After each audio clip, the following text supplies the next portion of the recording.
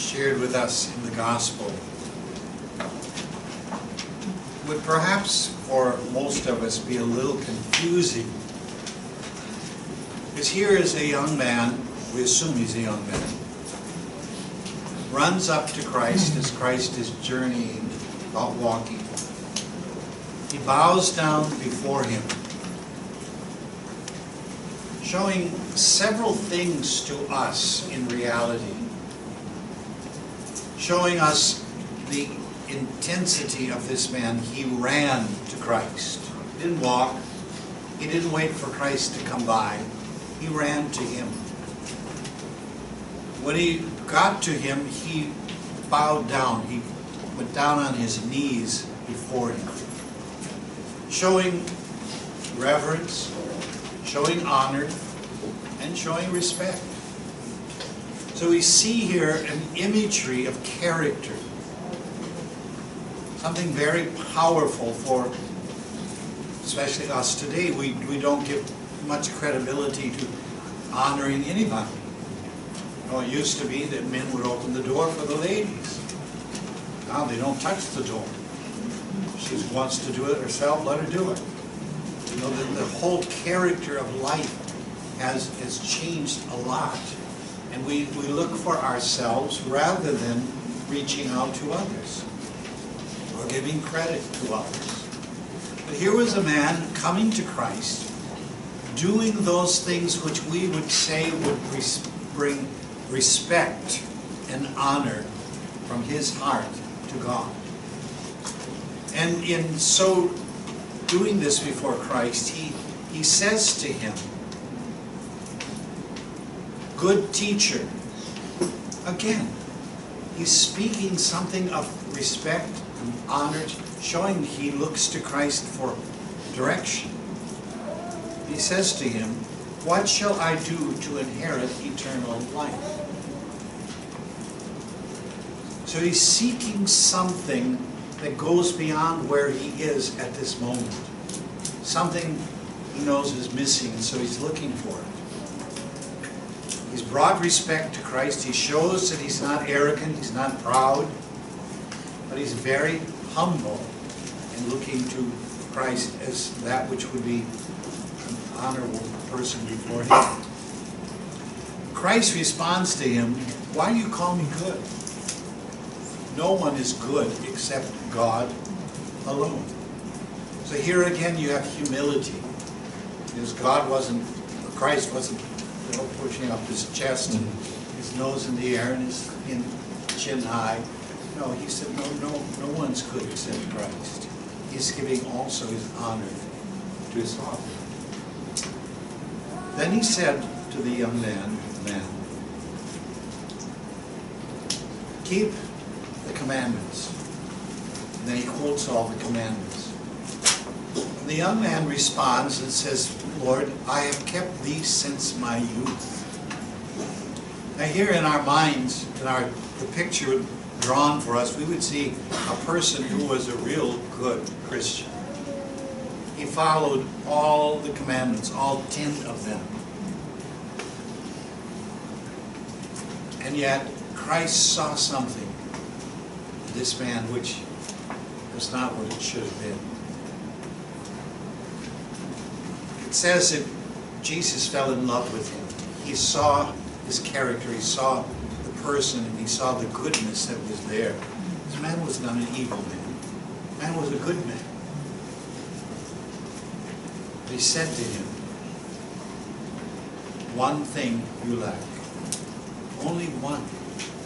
Only one. If only that could be said about us. Only one. He said, "Sell all your possessions and give to the poor, and you shall have treasure in heaven. And come, follow me." Come, follow me. Was he not following already? Was he not being what a Christian should be?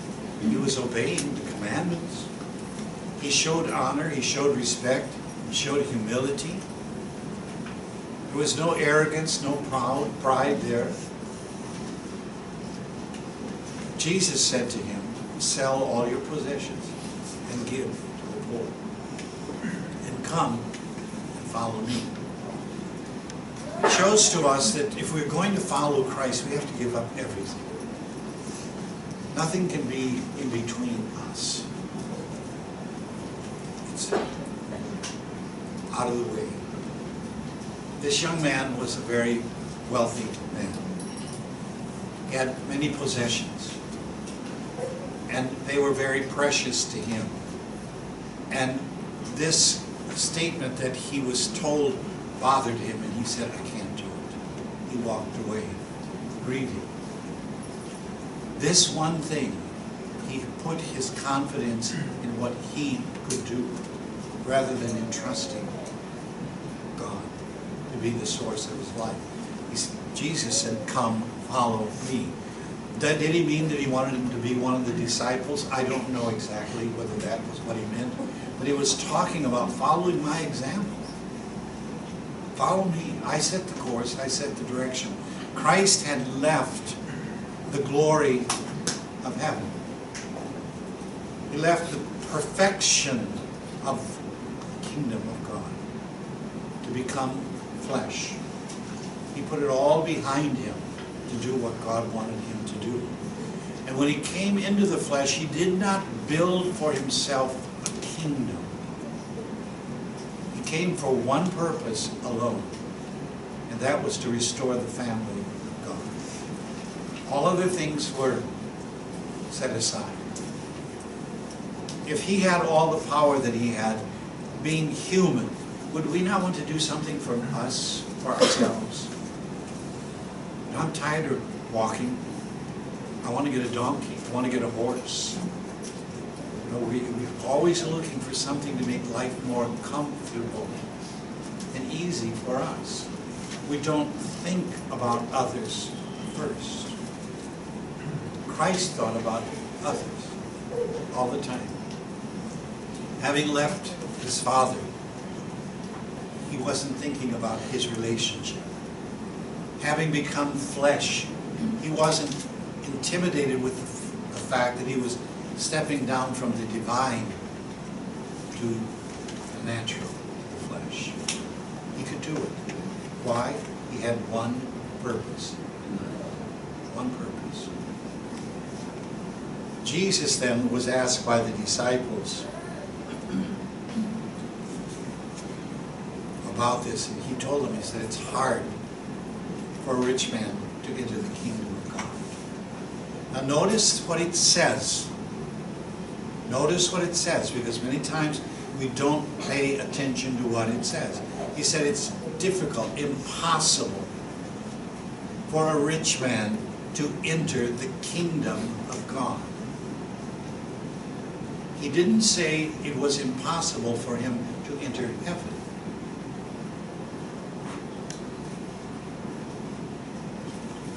Kingdom is where? Among us.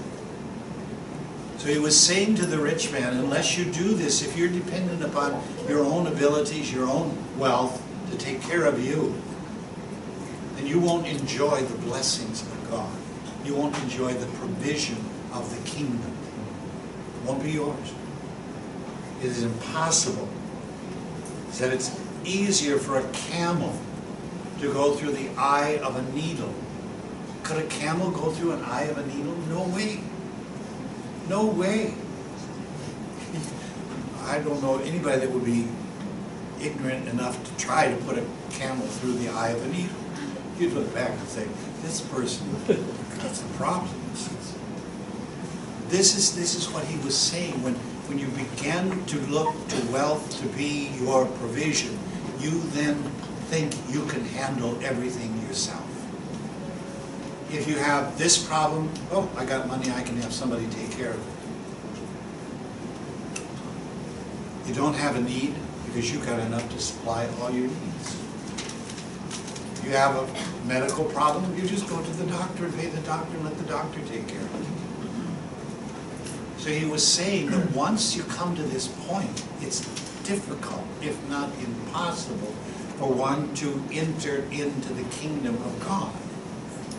I've had people ask me, Why is this problem here? Why is this problem there?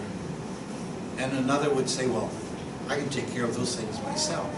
This is why the problems are there, because we think we can do it. So therefore we don't get the benefit of what Christ intended us to have. And so this story speaks to us very clearly about our trust in God. Now, is it impossible for a rich man to trust God, to walk in the kingdom? No, he said with God all things are possible. But it's difficult because our trust is normally what we can handle. If I can do it, okay, I'm fine. I just take care of it myself. I don't need to bother God. That's not our relationship with Him. He said, follow me. It tells us in the Old Testament reading today about Israel, tribe of Judah, Joshua. I forget which one it was. But anyway, one of the tribes of Israel. God told him, just stop and look at the situation. The country is divided. The country has all kinds of problems. And he says, I'm releasing you into your own choice of having difficulty. You're not walking where we were. You've forgotten I brought you out of Israel. I delivered you from bondage and slavery. You've forgotten this. You've gone your own way. You're taking care of yourself. You're not giving obedience to me or thanks to me. So fine, I'll just let the enemy come and take you. That's the way you want. In our lives, sometimes we don't understand this. We don't grasp the meaning of it because we think, well, we can take care of it, or we don't need this, and so we don't pay attention to the things that God has given to us. God has given to us much. We lack in no good thing. Everything pertaining to life and godliness has been granted unto us. He's given us life abundantly. And the question is, are we using what He gave to us? Or are we doing our own thing? Taking care of our own way? When we decide we're going to do it ourselves, perhaps He pulls back and just says, okay, go ahead. We find ourselves difficulty, problem. An example of something very, very down to earth for us. 4 years ago I was given the farm. And when we got the farm, it was in a very wild condition. We had to do a lot of work to clean it up and to get it ready to produce. So I went out and I bought a lot of equipment. I bought imported equipment so that it would really last. Because I wanted to make sure that if I was going to invest, it was going to be that which would be profitable. But over periods of time, most of the equipment has disappeared. It's no longer there. Even though one was assigned to be the caretaker of that and make sure everything was kept in the bodega, it isn't. One time I went out to the field and I saw the equipment laying in the weeds. Foolish. I picked it all up and it was very heavy. And it created for me a problem, physically, to carry it up the hill. But then when they come and say, we need this, and you say, well, where is what I got before? Broken. Where is it? And I said, I'm not buying anymore. If you have destroyed or given it away, then that's your problem. But if this is true, it means you've got to work harder because you didn't take care of what you have. And if you don't produce, it means there's no income. It means you could lose your job. Discernment. Most of us don't have that discernment in our lives. We don't realize the consequences of our actions. We don't pay attention to what God has given to us. We think we can take care of things ourselves. And the consequence of that is we lack in many things. Yet the scriptures tell us God has given to us everything. He says, I will supply all your needs. Well, what have we done? Well, I supply my own need. And even though we have to be busy, we have to be doing things, it is our thanks to Him that He's looking for, giving us the ability or the understanding, the wisdom to make that for ourselves, which takes care of us. And in the writing of Hebrews, it says to us that we should look at being brethren, partakers of a heavenly calling. Now here again is that which has been given to us. Christ has taken all the sin, all the rebellion, all those things that separated us from God. He's called us back into the family. Called us back into the family so that we could be a witness to the world of how great our God is. Calls us holy brethren. Now this means that we are sons for the ladies, daughters, but the Bible speaks in terms that for some they don't like it, but it's the way it was written, because it speaks of man, meaning not male, but mankind. It says we are holy brethren, part of God's family and part of His kingdom. This is our calling. He says, here, as you've been called to this, take time, evaluate, look and see who you are. Consider Jesus. He's talking about that which we would follow, because He's the apostle and the high priest of our confession. It's amazing how that, here we're told this. Consider Jesus. Most, I got to keep that out, not erase that. Many, because I don't know how many, but many. We follow not Jesus. We follow St. John. We follow St. Andrew. We follow Mary. We follow Joseph. We follow, how many different things. It says here, consider Jesus. Why Jesus? Because He is the high priest of our calling. Here's where we're supposed to look to Him for all that has been given to us. It would say to us that none of the other things come from any other source but Him. He's the source of life to us. Did anyone else give up a place in heaven?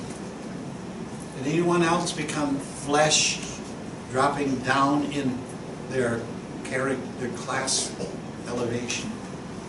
No, only Him. Who went to the cross and paid the debt for our sin? He. And it would say to us, pay attention to that which is the source of your life. Let Him be the model you seek to be. I'm not criticizing the other things, because we can learn a lot from the saints. Don't take away that. But it's not the source of our life. It's not the source of our hope. It's not the source of our strength. My strength is in God alone. This challenges us. And the reason many times we don't have the things we need is because we're not considering Jesus. Because remember, He is the model for us to follow. They call Him the way. The way. The way. Here's how our life should be affected. Here's how our life should be formed, followed, molded, and made after Him. He is the apostle of our profession. He is the prime minister, if you want to call it politically, of the church. No one else, He.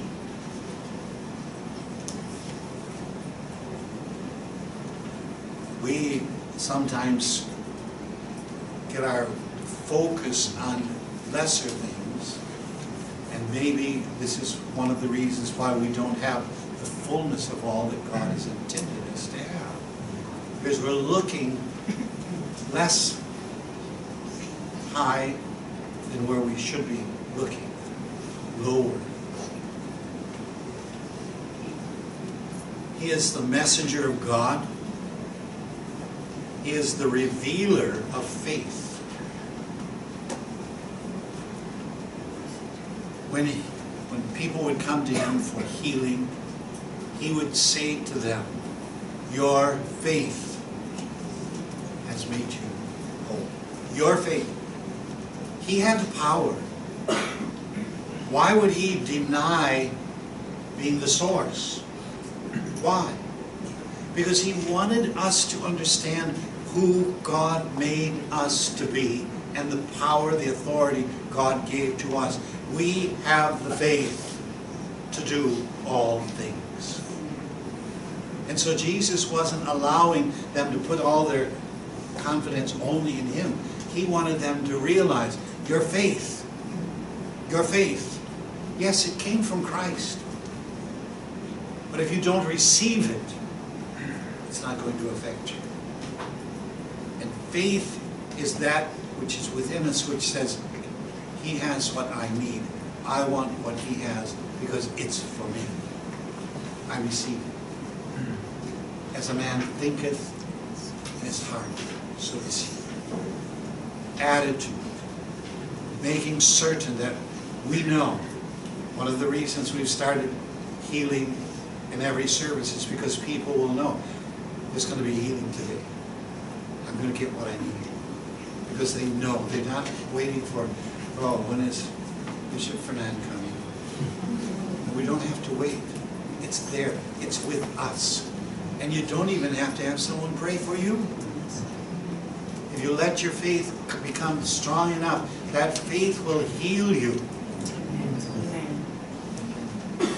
Remember the woman with the issue of blood? She said, if I just touch His garment. She didn't want Him to touch her. She wasn't looking for something special. If I can just touch the hem of His garment, I'll be healed. And she was. But Jesus felt the power come out of Him. But He said, your faith, your faith, your faith. Are we seeking that? Are we looking to Christ? Are we considering Jesus? Here's the image of our life. How many times have I said this? He said to us, the things that I have done, you shall do. He didn't stop there, but even greater things. We become one with Him. We were saying earlier, we see Him seated at the right hand of the Father, interceding for us. Correct. But we're also there. We're also there. We don't picture ourselves with Christ. He's saying, consider Jesus. Consider Jesus. Here's your hope. Here's your life. Here's your redemption. Here's your everything you need. It's in Jesus. He challenges us in this. He said, remember, He is the builder of the house. And the architect, the builder, is more valuable than the building he builds. So look to him. Look to him. He is the builder. He made us. Now, how did he make us? Do we know this? Do we know who we are? Do we realize what he's given to us? Remember, he said, for this purpose I have come, that I might destroy all the works of the devil. Destroyed. He proved it, because he tells us in his teachings, the last thing that will be conquered will be death. What was the last miracle, I want to call it that he performed? On the third day, he was resurrected. It's finished. The last miracle. The last miracle.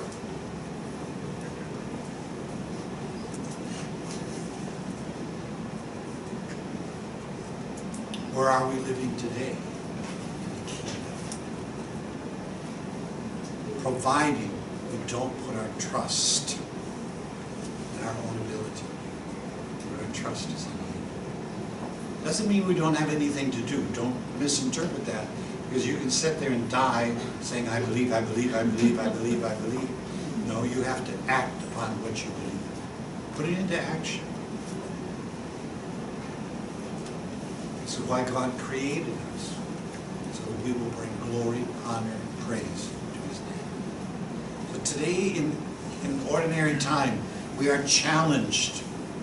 Look to Jesus.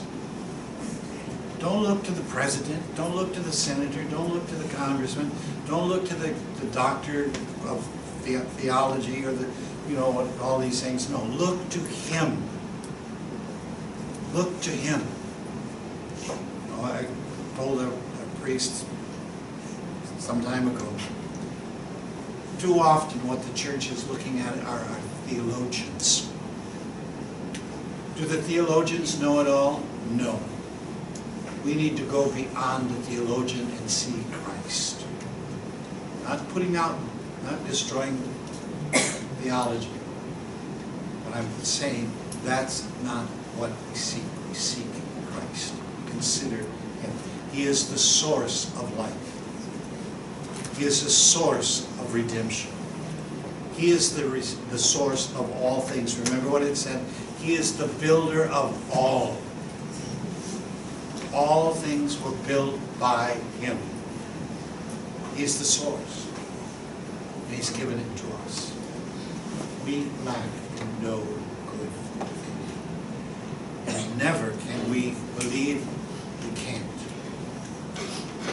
We then, when we say, I can't, we then deny the sovereignty of Jesus. Because he said we can do all things. All things in him. So let us consider Jesus. He is the source of all things. Don't be like the man that came to Jesus, doing everything right, but wouldn't trust the kingdom. So he didn't enjoy it.